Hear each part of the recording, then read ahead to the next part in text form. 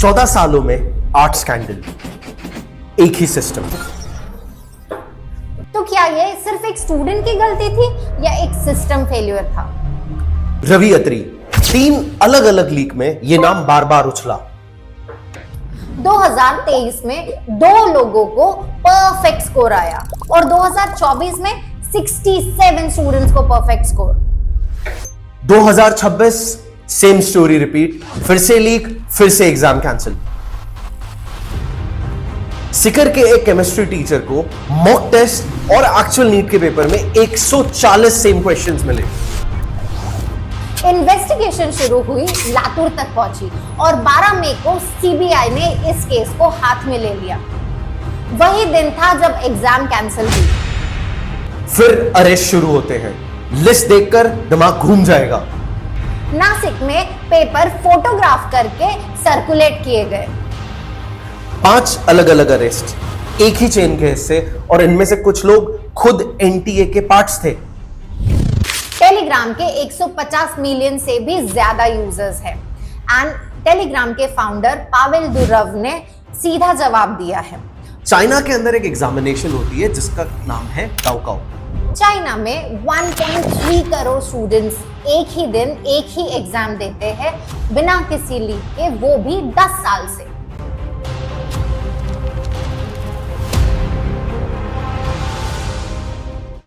$22,80,000 students, एक exam, एक साल में इस बार दूसरी बार।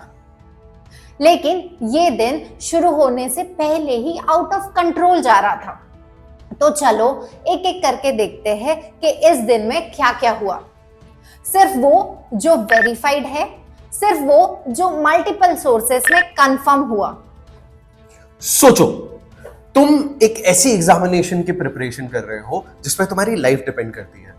तुम्हारी प्रिपरेशन रेडी है, कुछ दिनों में तुम्हारी एग्जामिनेशन होने वाली है, और जब तुम्हारे हाथ में एडमिट कार्ड आता है तो तुम रियलाइज करते हो कि तुम्हारी एग्जामिनेशन का सेंटर आपके शहर से नहीं, आपके स्टेट से नहीं, आपकी कंट्री से ही बाहर है। यही इंसिडेंस हुआ नागपुर के एक स्टूडेंट अब्दुल्ला मोहम्मद तालिब के साथ। जब उनके हाथ में उनका एडमिट कार्ड आया तो उन्होंने रियलाइज किया कि उनका एग्जामिनेशन सेंटर अबू धाबी में बेस्ड है। Abu Dhabi. उस स्टूडेंट के पास खुद का पासपोर्ट ही नहीं था। लेकिन बिफोर वी ब्लेम एनीबॉडी, ये देखना जरूरी है कि दोनों साइड्स क्या कह रही है।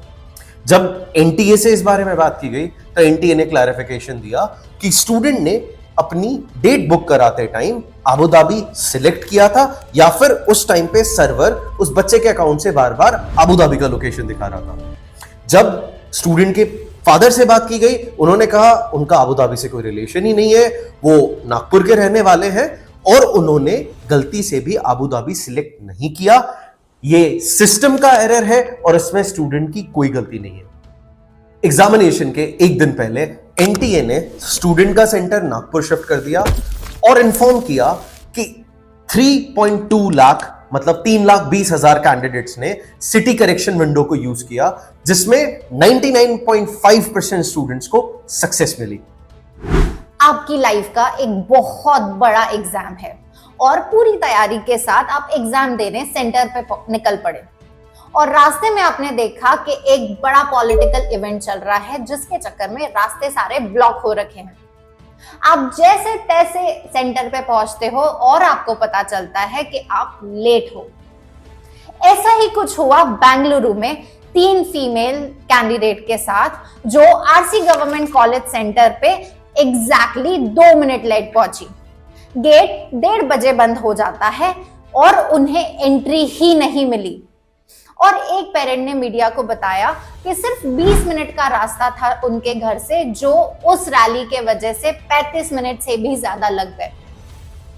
उन्होंने जैसे तैसे फुटपाथ पे गाड़ी चला के सेंटर पहुंचे। हम यहाँ किसी पॉलिटिकल पार्टी का नाम नहीं लेंगे या उन्हें ब्लेम नहीं करेंगे, लेकिन ऐसे इंपॉर्टेंट एग्जाम के दिन ऐसे बड़े इवेंट की परमिशन देना क्या सही है? इसी के कॉन्ट्रास्ट में अब दिल्ली की एक न्यूज पढ़ते हैं। दिल्ली के अंदर प्राइम मिनिस्टर ऑफ इंडिया ने अपने कॉन्वॉय को 45 मिनट डिले किया ताकि उनके कॉन्वॉय की वजह से कोई ट्रैफिक इशू ना हो और बच्चे अपने एग्जामिनेशन सेंटर पे टाइम से पहुंच सके। अगर ये एक शहर में हो सकता है तो इसे दूसरे शहर में भी रेप्लिकेट किया जा सकता है। और नीट यूजी जैसे इंपॉर्टेंट एग्जामिनेशन को देने के लिए स्टूडेंट्स को अपने सेंटर पहुंचने में कोई डिफिकल्टी नहीं होनी चाहिए। इंडिया में पेपर लीक का इशू इतना कॉमन है कि नीट यूजी के एग्जाम के एग्जैक्ट दूसरे दिन मतलब 22 जून को कुछ लोगों ने डिसाइड किया कि चलो chaos फैलाते हैं और टेलीग्राम पे एक वीडियो वायरल की जो क्लेम करती है कि फिर से रीटेस्ट होगी क्योंकि पेपर फिर से लीक हो गए। सीबीआई ने जांच की और एनटीए ने क्लियर किया है कि ये फेक वीडियो है और एग्जाम अच्छी तरीके से ली गई है without any issue and without any leak. Indian government ने टेलीग्राम को 22 जून तक बंद कर दिया क्योंकि ये एक सिक्योरिटी मेजर है, बिकॉज बहुत सारे लोग पेपर लीक की फॉल्स इंफॉर्मेशन और चीटिंग वाले पेपर्स को फैलाने के लिए टेलीग्राम को एज अ प्लेटफॉर्म यूज कर रहे थे। इसी टॉपिक को हम फर्दर डिस्कस करेंगे पार्ट 2 में। एक दिन में इतने इंसिडेंसेस, और ये वो इंसिडेंसेस हैं जो प्रॉपर्ली रिकॉर्ड हुए हैं और न्यूज चैनल्स या न्यूज़पेपर के अंदर सोर्सेज अवेलेबल हैं। लेकिन अगर आप सोशल मीडिया पे जाएं तो आपको 21 जून के ऐसे बहुत सारे इंसिडेंसेस देखने मिलेंगे, कुछ जो सिर्फ केओस फैलाने के मेजर से क्रिएट किए गए थे और कुछ जहां पे लोग एक्चुअली सफर कर रहे थे। लेकिन इंपॉर्टेंट क्वेश्चन ये है कि री एग्जाम की जरूरत पड़ी ही क्यों? जो फर्स्ट एग्जामिनेशन हुआ था उसके सराउंडिंग ऐसे कौन से सर्कमस्टेंसेस बने जिसकी वजह से उसे पूरी तरीके से कैंसिल करना पड़ा? और क्या ये इशू सिर्फ 1 साल का है? ये इशू सिर्फ 2026 का नहीं है, ये 2012 से चलता आ रहा है। इस वीडियो के थ्रू हम कोशिश करेंगे हर उस इंसिडेंट्स को कवर करने की जो 2022 से 2026 तक रिकॉर्ड हुए हैं, वो केसेस जो न्यूज़पेपर आउटलेट्स और मीडिया पे बार बार उछले हैं। एंड इस वीडियो के अंदर डिस्कस करने वाला हर टॉपिक सपोर्टेड होगा वेरियस सोर्सेस से एंड क्रेडिबल मीडिया आउटलेट से। रवि अत्री, शायद ये नाम आप इस वीडियो में बार बार सुनो क्योंकि 2011 में जब एम्स का पेपर लीक हुआ तभी भी एक नाम सामने आया जो था रवि अत्री। 2012 में एसबीआई का रिक्रूटमेंट पेपर लीक हुआ, उसमें भी रवि अत्री का नाम सामने आया। और 2012 में जब एआईपीएमटी जो कि नीट यूजी का पुराना नाम था उसका पेपर लीक हुआ, सीबीआई की जांच हुई, सुप्रीम कोर्ट ने नोटिस निकाला, एग्जाम कैंसिल की गई, रिकंडक्ट हुई और कोई भी गिल्टी नहीं पाया गया, कोई कन्विक्टेड नहीं। और रवि अत्री तभी भी फ्री घूम रहा था एक दूसरे स्कैम के लिए। मुन्ना भाई एमबीबीएस का एक सीन आपको याद होगा जिसमें स्पीकर पे उन्हें आंसर्स बताए जा रहे थे और वो एग्जामिनेशन हॉल में आंसर्स लिखे जा रहे थे। 2015 में कुछ ऐसा ही सीन था एआईपीएमटी के एग्जामिनेशंस का। 2015 में एआईपीएमटी के कुछ कैंडिडेट्स पकड़े गए ब्लूटूथ इनेबल्ड जूते पहन के। जूतों में ट्रांसमीटर था, कान में ईयरपीस था और एक हैंडलर एग्जामिनेशन सेंटर के बाहर उन्हें आंसर्स बता रहा था। जब हरियाणा पुलिस ने अरेस्ट किए, सोचो कौन सा नाम दोबारा वापस आया? रवि अत्री। रोहतक के एसपी शशांक आनंद ने खुद कंफर्म किया कि एक एसआईटी एस्टैब्लिश की जाएगी अंडर डीएसपी अमित भाटिया, जो कि इस पूरे केस को इन्वेस्टिगेट करेगी।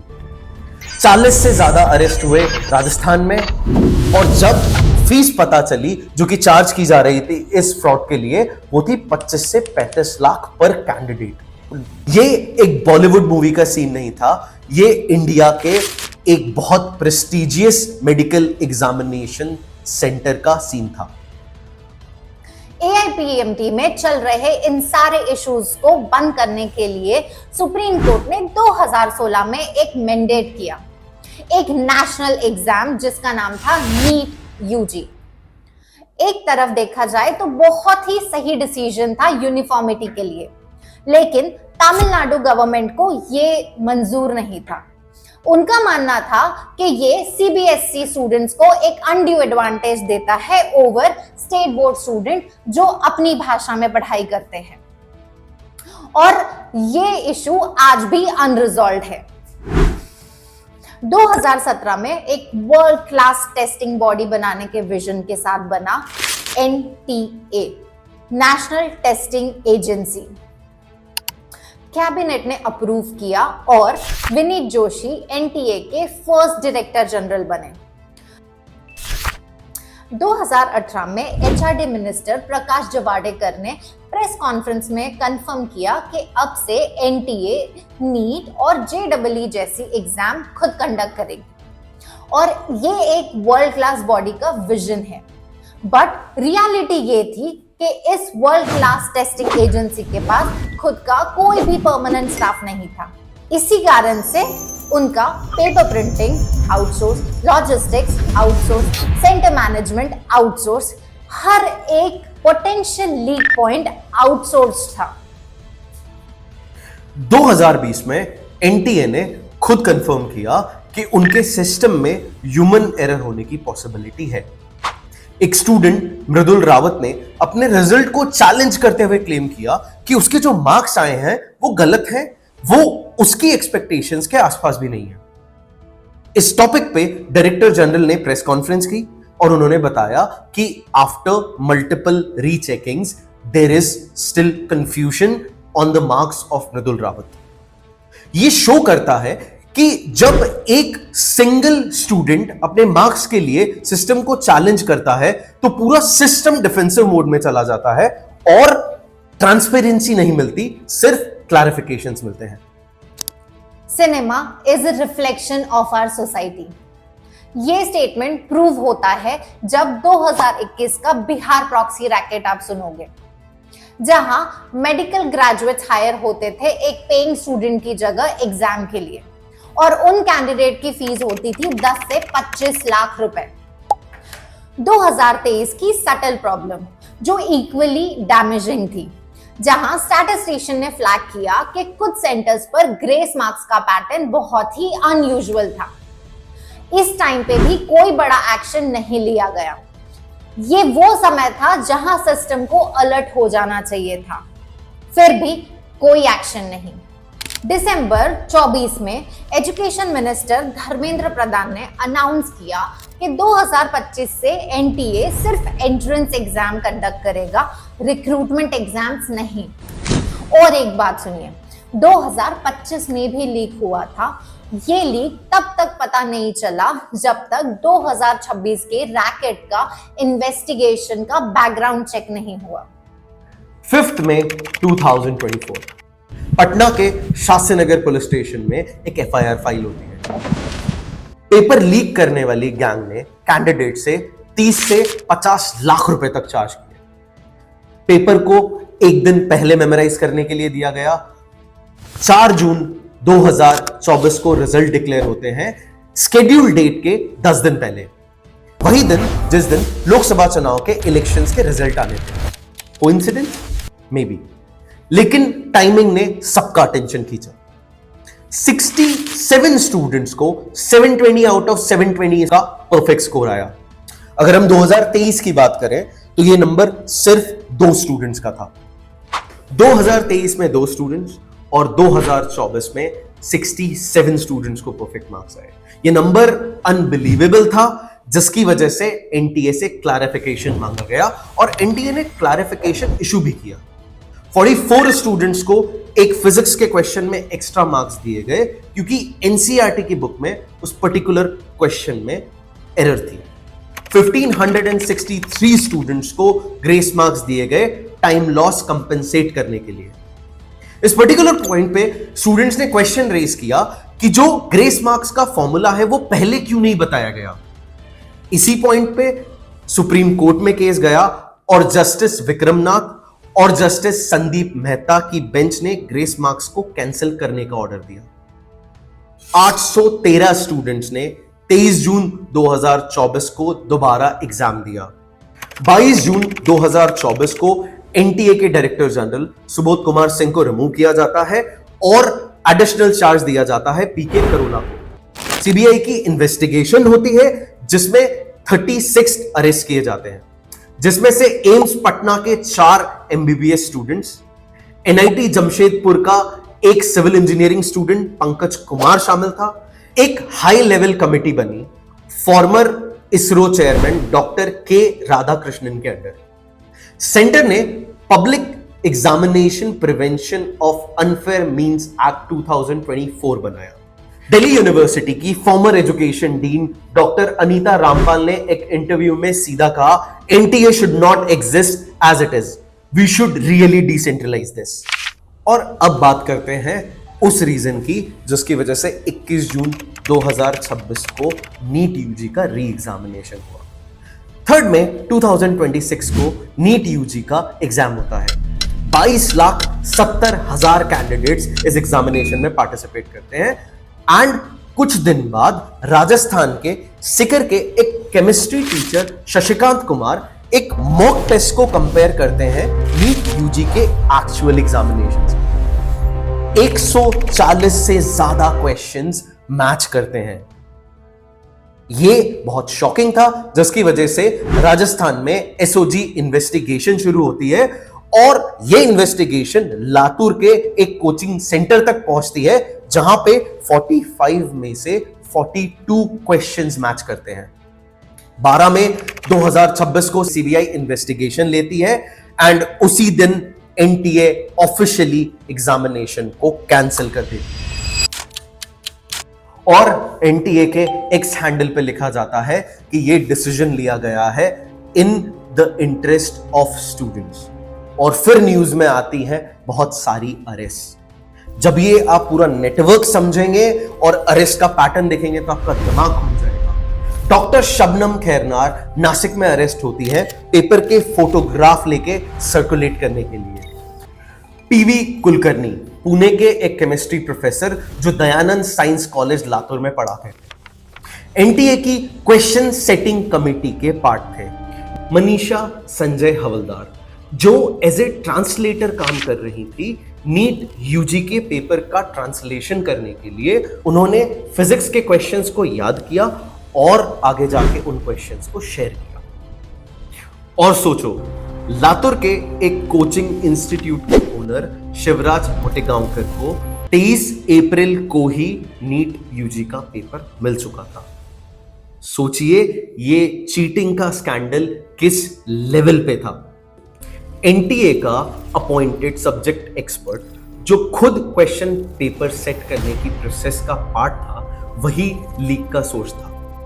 ये कोई आउटसाइडर हैक नहीं था, ये इनसाइडर ब्रीच थी। एजुकेशन मिनिस्टर धर्मेंद्र प्रधान ने खुद एडमिट किया breach was in the command chain. उन्होंने अनाउंस किया 2027 से नीट का पेपर कंप्यूटर बेस्ड फॉर्मेट में ही होगा। ये केस सुप्रीम कोर्ट में गया। जस्टिस पीएस नरसिम्हा और आलोक आराधे की बेंच ने सेंटर किया। एनटीए से नोटिस मांगा कि कंप्यूटर बेस्ड टेस्टिंग में ट्रांजिशन कैसे होगा। सॉलिसिटर जनरल तुषार मेहता को भी सर्व किया गया। प्रोफेसर के राधाकृष्णन से भी पूछा गया कि 2024 में जो रिकमेंडेशन आए थे उनका क्या हुआ, कंप्लायंस कहां तक पहुंची। अब टेलीग्राम वाला पार्ट। इन्वेस्टिगेटर ने पाया कि चीटिंग रैकेट टेलीग्राम के एक स्पेसिफिक फीचर का यूज कर रहे थे, which is message editing. Blank message post करो एग्जाम से पहले और एग्जाम के बाद उसी मैसेज को एडिट करके उसमें क्वेश्चन डाल दो और फिर स्क्रीनशॉट सर्कुलेट करो एज अ प्रूफ कि देखो ये लीक पहले से था। NTA director general Abhishek Singh ने कंफर्म किया कि कुछ टेलीग्राम चैनल्स स्टूडेंट्स से 14,000 से लेके 10 लाख रुपए तक मांग रहे थे फेक पेपर एक्सेस के लिए। 16 जून ministry of electronics and IT ने डायरेक्टिव दिया कि टेलीग्राम को 22 जून तक टेम्पररीली ब्लॉक किया गया था। एडिट फीचर 30 जून तक ब्लॉक था। टेलीग्राम के 150 मिलियन से भी ज्यादा यूजर्स हैं एंड टेलीग्राम के फाउंडर पावेल दुरव ने सीधा जवाब दिया है। उन्होंने जवाब में लिखा है कि this punishes 150 million plus ordinary Telegram users in India, not the insiders who leak the exam material and the ban hasn't stopped anything. The leak just move to other apps. Telegram ने Delhi high court में ban को challenge किया। Internet Freedom Foundation ने भी सवाल उठाया, legal basis क्या है और इफेक्टिवनेस कितनी है। दोनों साइड के पास पॉइंट है। हम यहाँ किसी की साइड नहीं लेंगे, हम बस ये दिखा रहे हैं कि ये केस अभी भी अनरिजॉल्व्ड है। और कुछ लोगों का कहना है कि टेलीग्राम तब भी लोग यूज कर पा रहे थे वीपीएन का इस्तेमाल करके। और फिर आता है 21 जून 2026 का डे, जिस दिन नीट यूजी की री एग्जामिनेशन होनी थी। हमने पहले डिस्कस किया नीट यूजी की एग्जामिनेशन में क्या क्या इश्यूज हुए, अबू धाबी का सेंटर, बैंगलोर का ट्रैफिक, और इन सारी चीजों को कंसिडर करते हुए सिर्फ एक क्वेश्चन उठता है। 22,80,000 स्टूडेंट्स ने नीट यूजी का एग्जामिनेशन इस साल दिया 2 बार। इन सारे इश्यूज में जो मेन कल्प्रिट है वो अरेस्ट हो ना हो, लेकिन एक्चुअली सफर करने वाले हैं वो स्टूडेंट्स जिन्होंने नीट यूजी का एग्जामिनेशन दिया पूरी 2 बार, और दोनों बार उन्हें अलग अलग तरह के चैलेंजेस का सामना करना पड़ा।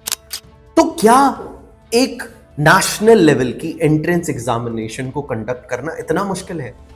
Let's take an example. China के अंदर एक एग्जामिनेशन होती है जिसका नाम है gaokao. I know you will say China has a authoritarian culture.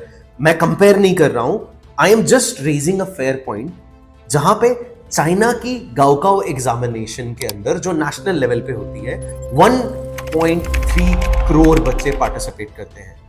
1.3 crore बच्चे। इस एग्जामिनेशन को हर साल कंडक्ट किया जाता है और यह नंबर नीट से 5 गुना ज्यादा बड़ा है।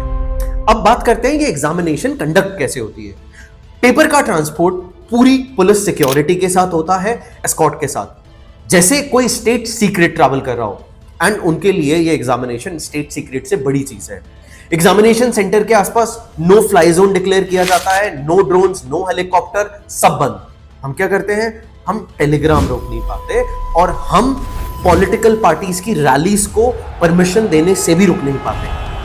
पूरे एग्जामिनेशन सेंटर में सिग्नल जैमर्स लगे होते हैं। मोबाइल से चीटिंग करना हार्डवेयर लेवल पे इम्पॉसिबल कर दिया जाता है। हम क्या करते हैं, हम इन्विजिलेटर्स को रोक नहीं पाते, हम उन ट्रांसलेटर्स को रोक नहीं पाते जिनका काम सिर्फ और सिर्फ पेपर ट्रांसलेशन का है। एग्जामिनेशन वाले दिन 500 मीटर के रेडियस में कंस्ट्रक्शन बैन कर दिया जाता है, एंड अगर किसी ने इस बैन को तोड़ा तो there are legal fines. China का मानना है नॉइस एक अनफेयर डिसएडवांटेज है स्टूडेंट्स के लिए जब वो अपनी लाइफ का एक बहुत इंपॉर्टेंट एग्जामिनेशन के लिए अपीयर कर रहे हैं।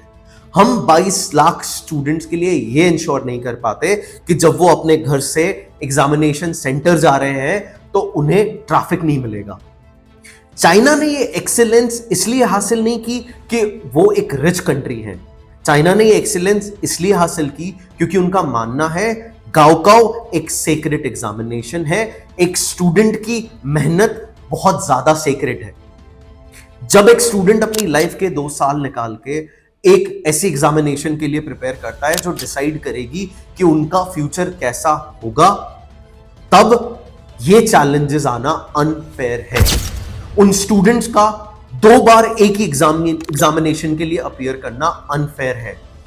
नीट यूजी की एग्जाम सक्सेसफुली कंप्लीट हो चुकी है 2026 के लिए और अब रिजल्ट्स आर अवेटेड। रिजल्ट्स आने पे पता चलेगा कि कितने बच्चे सक्सेसफुली अपना एमबीबीएस सपना पूरा कर सकते हैं और कितने बच्चों को ऑल्टरनेट ऑप्शंस चूज करने पड़ेंगे। और इन सारे बच्चों को मैं ये कहना चाहती हूँ कि एमबीबीएस नहीं मिला तो क्या, हेल्थ केयर सिस्टम का अपना सपना छोड़ना जरूरी नहीं है। आप फिर भी अपना हेल्थ केयर का सपना पूरा कर सकते हो अपना ऑल्टरनेट ऑप्शन चूज करके। आप चाहें तो प्राइवेट यूनिवर्सिटी से मैनेजमेंट कोटा के थ्रू एमबीबीएस परस्यू कर सकते हैं। इसकी फीस 60 लाख से 1.2 CR के आसपास की होती है। आप चाहें तो इंटरनेशनल लेवल पे एनएमसी अप्रूव्ड कंट्रीज के अंदर भी एमबीबीएस परस्यू कर सकते हैं, जहां पे फीस 18 लाख से 40 लाख के बीच में होगी। Russia, Philippines, Georgia, Kazakhstan, even Italy सब WHO recognised NMC approved programmes provide करती हैं। और अगर एमबीबीएस नहीं करना तो नर्सिंग, फिजियोथेरेपी, बायोटेक्नोलॉजी जैसे बहुत सारे डोमेन्स हैं जिसके अंदर आप अपना करियर बना सकते हैं। 2012 से 2026 हमने हर नाम, हर तारीख और हर सोर्स दिया है। हम कोई एक्यूजेशन नहीं कर रहे इस वीडियो के थ्रू, हम सिर्फ उन चीजों की बात कर रहे हैं जो पब्लिक रिकॉर्ड्स में अवेलेबल है, और पूरी टाइमलाइन सिर्फ एक नंबर दर्शाती है, दिखाती है, जो बहुत डरावना है। 22 से 23 लाख स्टूडेंट्स जो हर साल नीट यूजी के लिए अपीयर करते हैं अपना ट्रस्ट सिस्टम में डाल के, और जब ये न्यूज आती है कि नीट यूजी या उसके लेवल के किसी एग्जामिनेशन का पेपर लीक हुआ है, तो वो सिर्फ एक सिस्टम फेलियर नहीं, क्राइसिस सिचुएशन है, क्राइसिस। और इससे लड़ने के लिए हमें सिस्टम्स इंप्रूव करने पड़ेंगे। Thank you so much.